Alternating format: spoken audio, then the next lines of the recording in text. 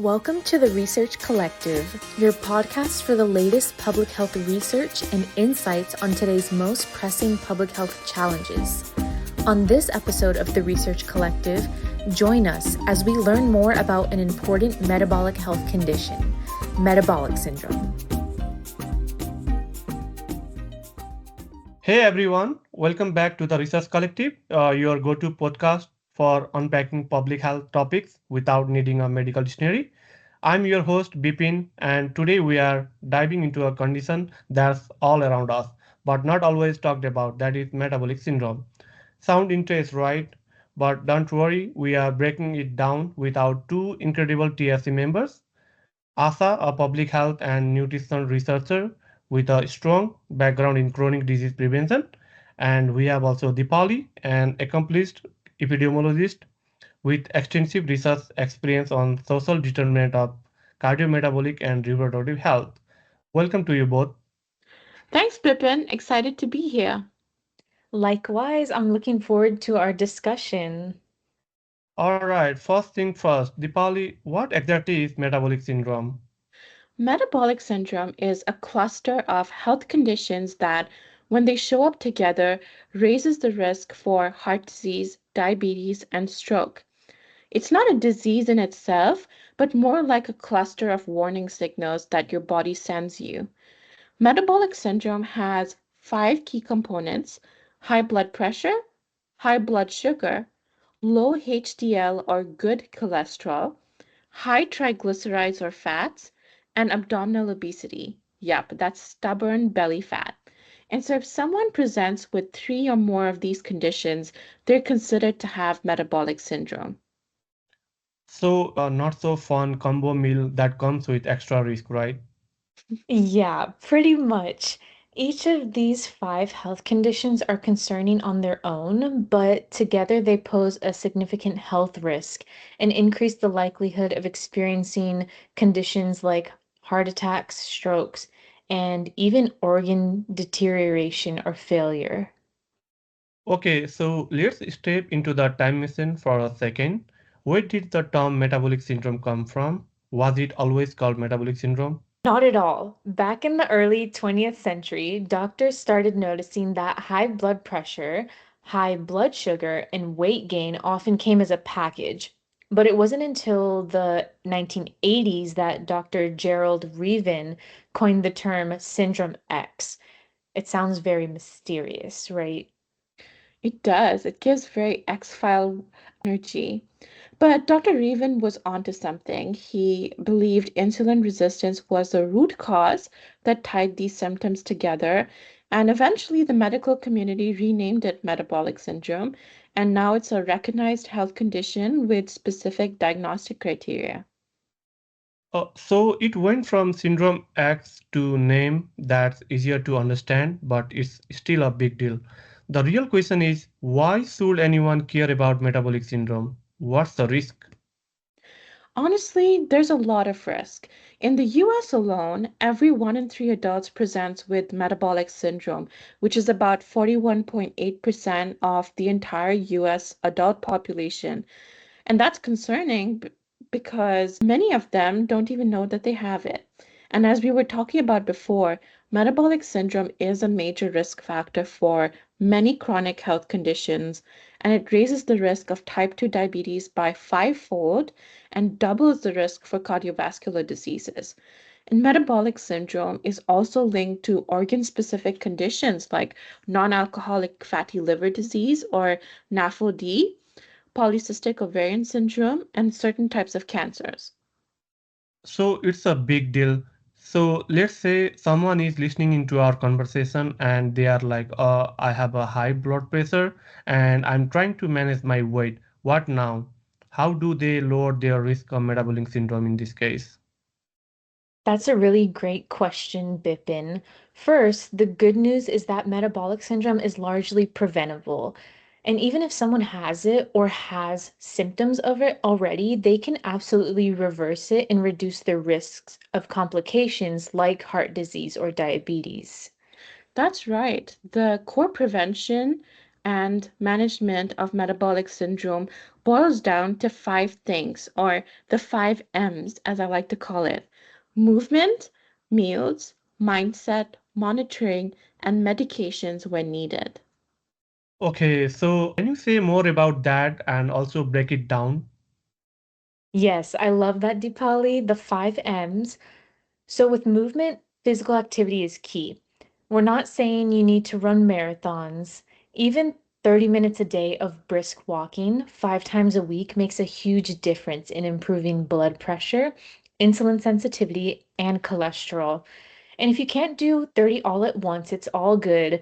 Breaking it down into 10-minute chunks still helps greatly. Also, I wanted to note this really important aspect, which is strength training. Doing strength training a couple times a week can boost metabolism and support healthy blood sugar levels. I totally agree with you, Asha. And something that's constantly linked with movement and physical activity is nutrition. Our nutrition matters a lot, and small changes go a very long way. We're talking about things like eating more fiber-rich foods like fruits, vegetables, whole grains, and cutting down on added sugars, saturated fats, and ultra-processed foods and snacks. So think colorful plates. The more color you have from natural sources, the more healthier your diet is. And don't forget healthy fats like those from nuts, avocados, and olive oil. They actually help with good cholesterol. Yeah, one thing I hear with nutrition a lot is to eat the rainbow. So I love that Yeah. in terms of the more color, the better. Mhm. Now, with mindset, stress plays a sneaky role. Chronic stress can lead to weight gain and high blood pressure. So, practicing mindfulness, like breathing exercises, or even just making time for activities you enjoy, can help. Also, sleep is very important. Aim for 7 to 9 hours per night. Poor sleep can mess with your hormones that control hunger and insulin.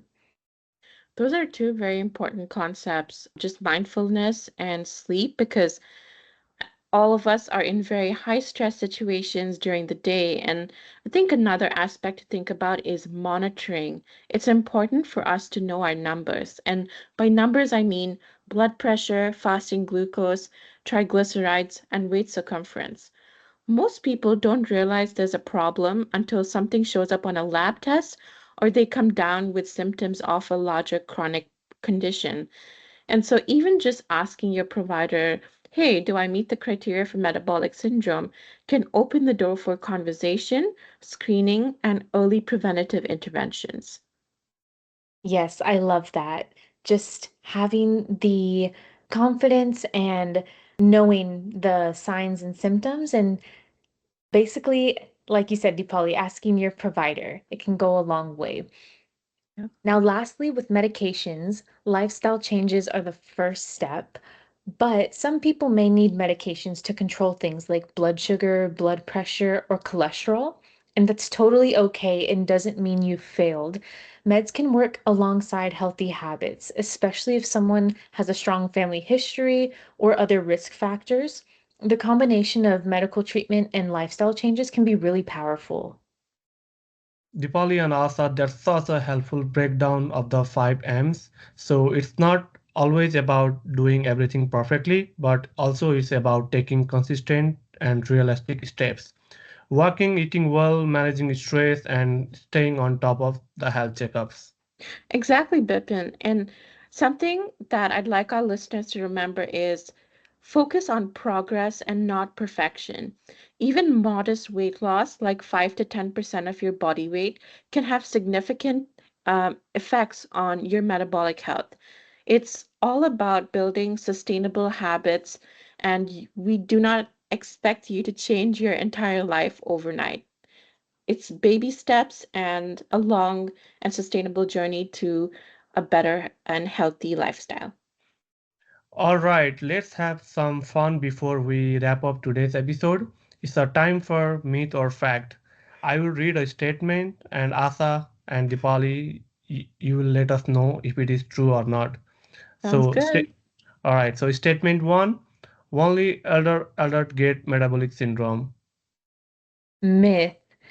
While it's more common in older adults, younger people, especially those with sedentary lifestyles or poor diets, are definitely at risk too. You have to be overweight to have a metabolic syndrome. That is also a myth. You can have it even if you're not visibly overweight. It's more about where fat is stored in your body and how your body processes insulin. The last one, once you have a metabolic syndrome, you are stuck with it. Myth again. Lifestyle changes like healthier eating, regular movement, and stress management can help reverse many of the risk factors. Well, that was an informative and honestly empowering conversation about metabolic syndrome.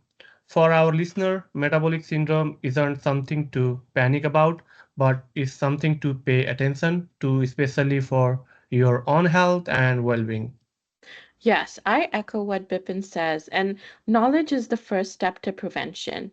If listeners are wondering about their own risk, it may be a good idea to talk to your healthcare provider and get a basic screening done to see where you're at. Yep.